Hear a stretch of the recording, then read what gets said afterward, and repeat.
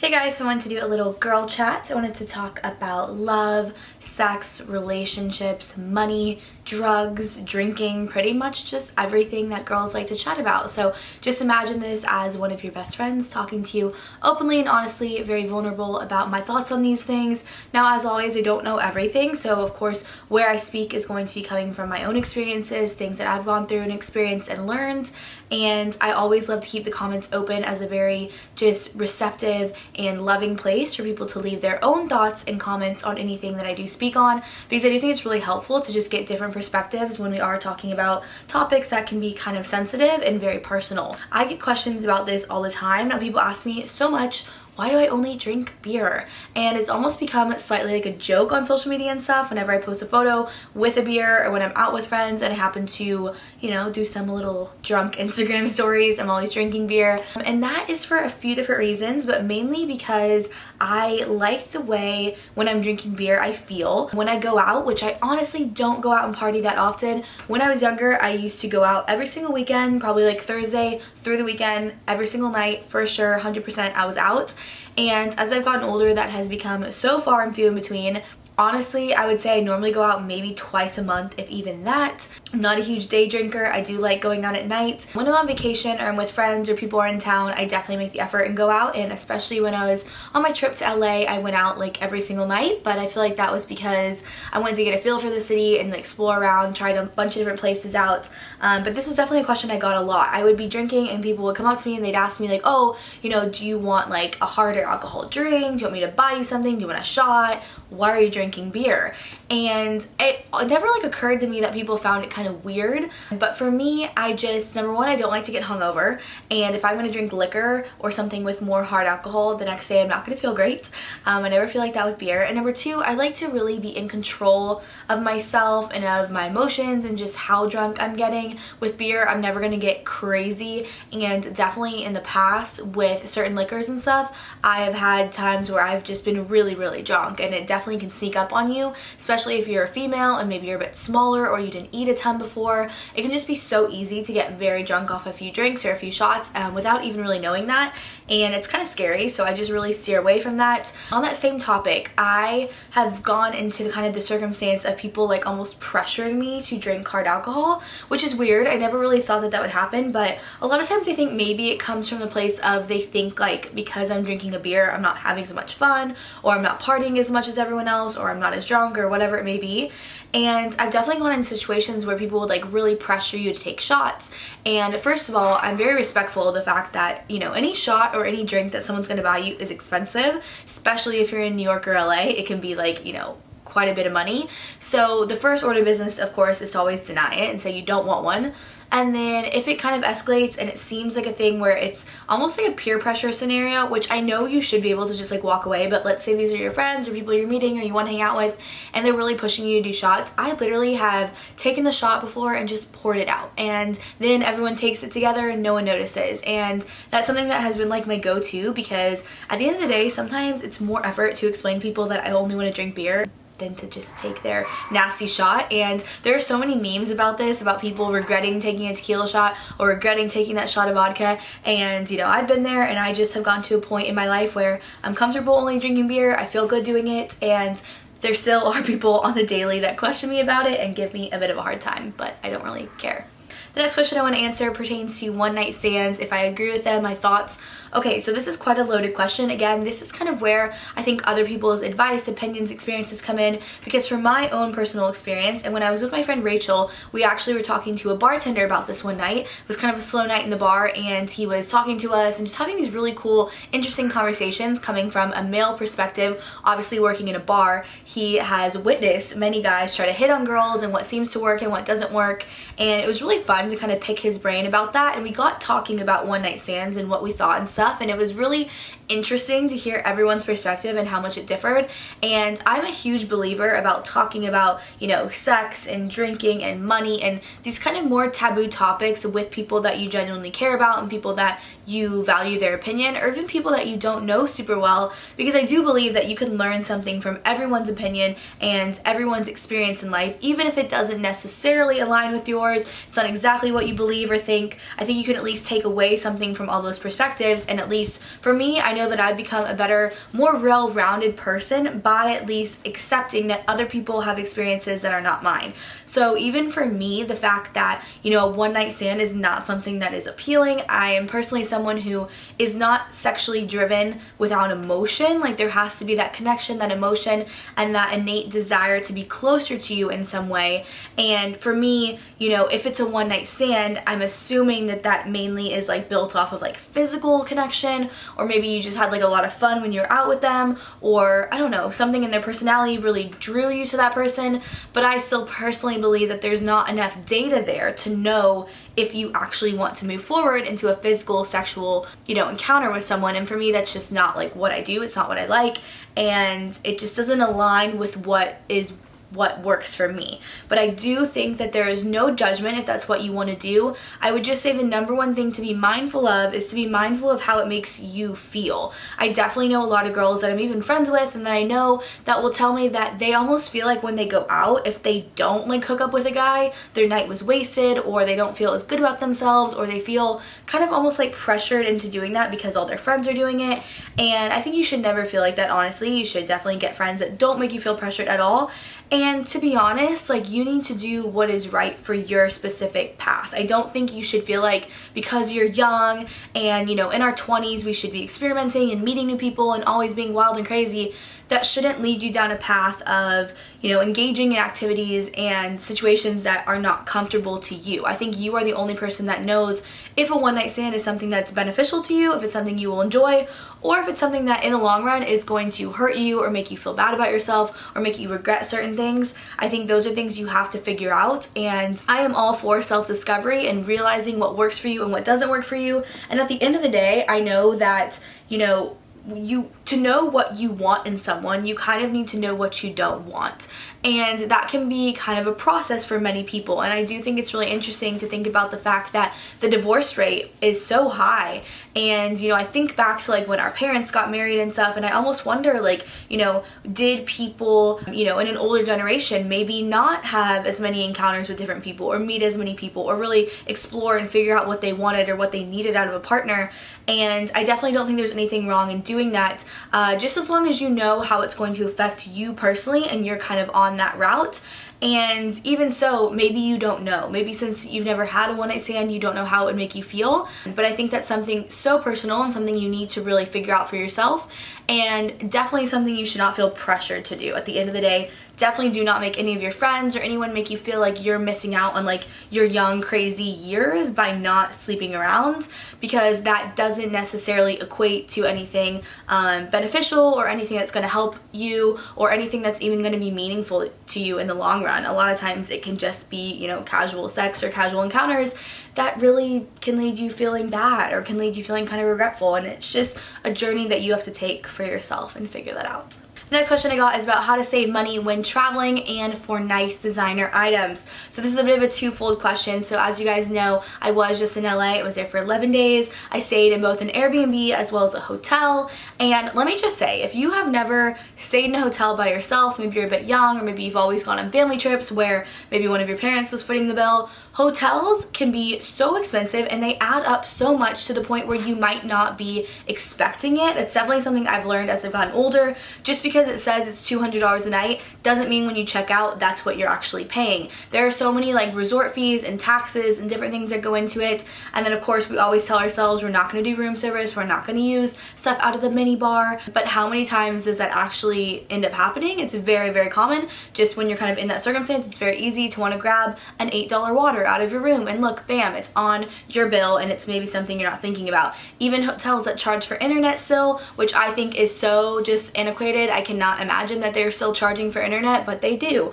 And you know, those little movies that you might rent while you're in your nice hotel room relaxing, those can cost upwards of $30 sometimes. So I will say that when you're traveling, using hotels is just so much less cost effective than Airbnb. Airbnbs, you can often get so much better prices, and you can get a full house or apartment, which is incredible. You can also like rent a room in someone else's house or apartment, which I've not done and I don't think I would do. That idea is just a little bit too weird for me, but definitely if I'm with a friend, I like the idea of doing an Airbnb, and I did it for the first time in LA, and it was really fun. I am the #1 person of thinking I'm gonna get murdered, it's gonna be scary or dangerous, and I was definitely a little bit nervous about that, a little bit hesitant, but I have to say it went really, really well. Our host was amazing. I will recommend the property that we stayed at in Venice if you are in the area and you want to check out one place. We had a hot tub and a really nice little backyard, and it was amazing. So I'll go ahead and link it below, as well as my Airbnb code if you want to go ahead and sign up for Airbnb through me. But from the whole experience of using Airbnb, my #1 tip would be read the reviews. That's a big thing. A lot of properties look really gorgeous in the photos and the description, but you could read through the reviews and kind of figure out maybe more where they're located, or if people had any issues with the host or what was going on in the house. So that's very, very needed, and I think something that of course you should do, but maybe people don't, I don't know. And then the next thing I would say is, if you are nervous about it, then go with a friend or a family member or someone else and kind of get acquainted with the whole system. It can just definitely be like a different scenario because you aren't in a hotel. It is, you know, a person that owns that place or rents it out. So there is a little bit more kind of like face-to-face interaction, although a lot of them I know you actually get in via lockbox and maybe you never even meet the owner.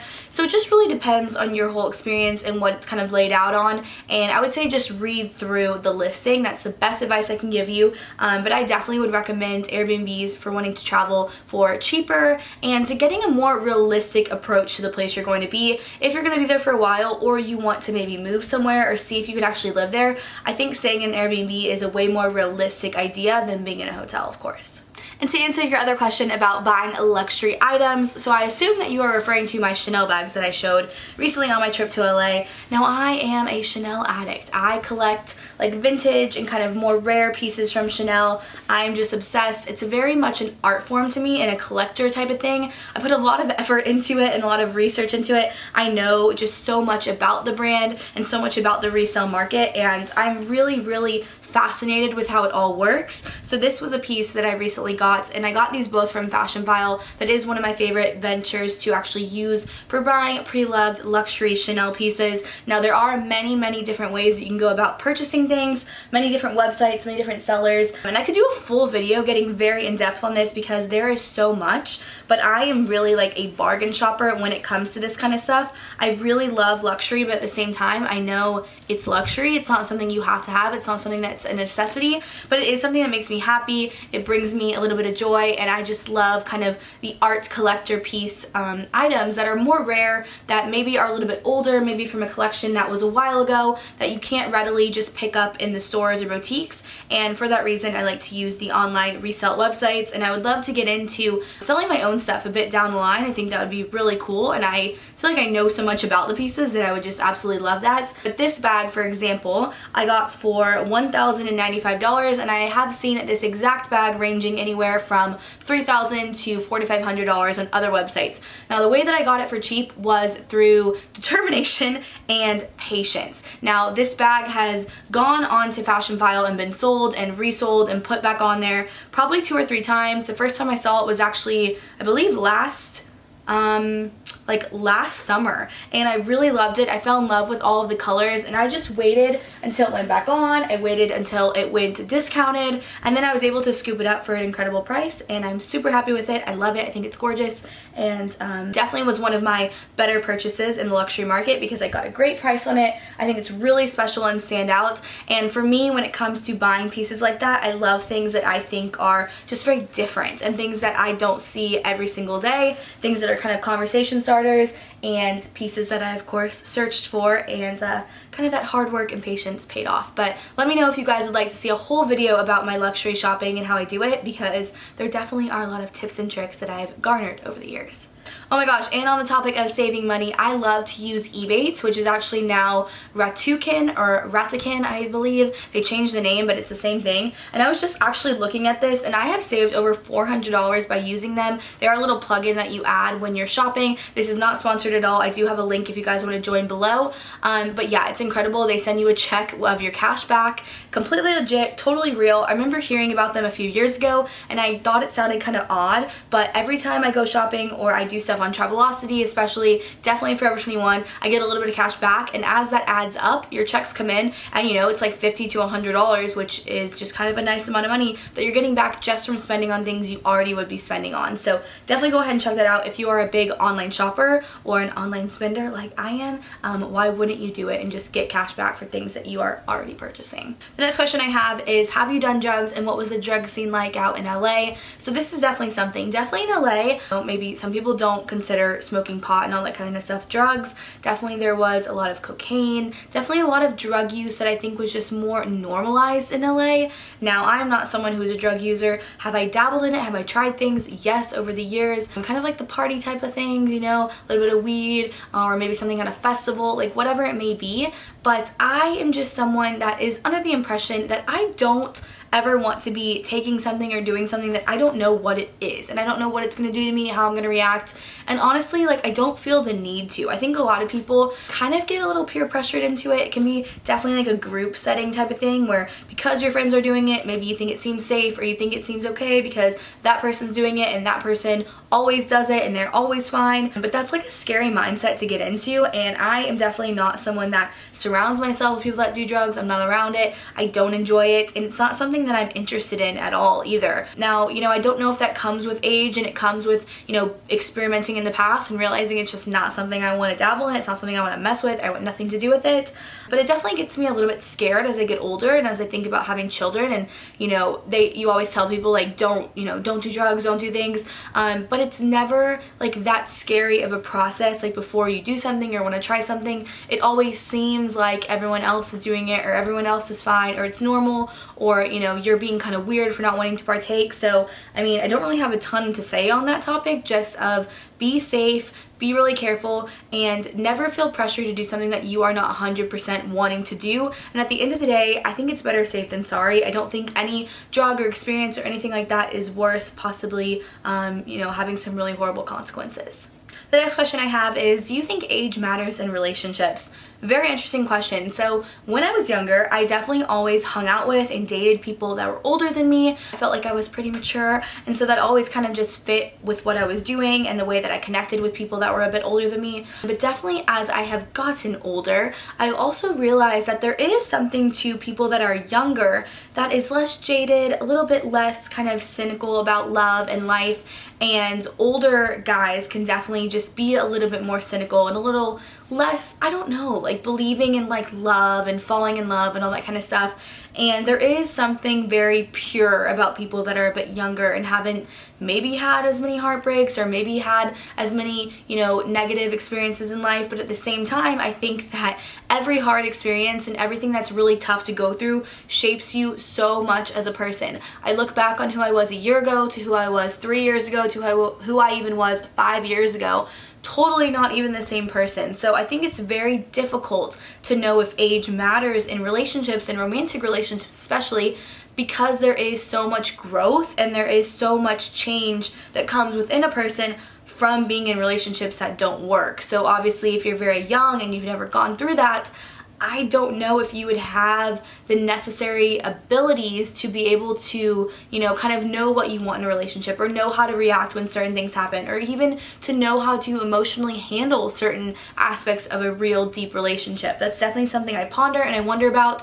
And I'm curious to hear y'all's opinions on that, because it definitely is like an age-old question. Like, do you date younger or do you date older? Especially when you're like my age, when you're like right in 23, where, you know, some people I know are dating people that are quite a bit older. Some people that I know are dating people that are quite a bit younger. So it definitely is kind of a weird scenario to be in, and something to kind of navigate as you're in, I guess, your early 20s and so on.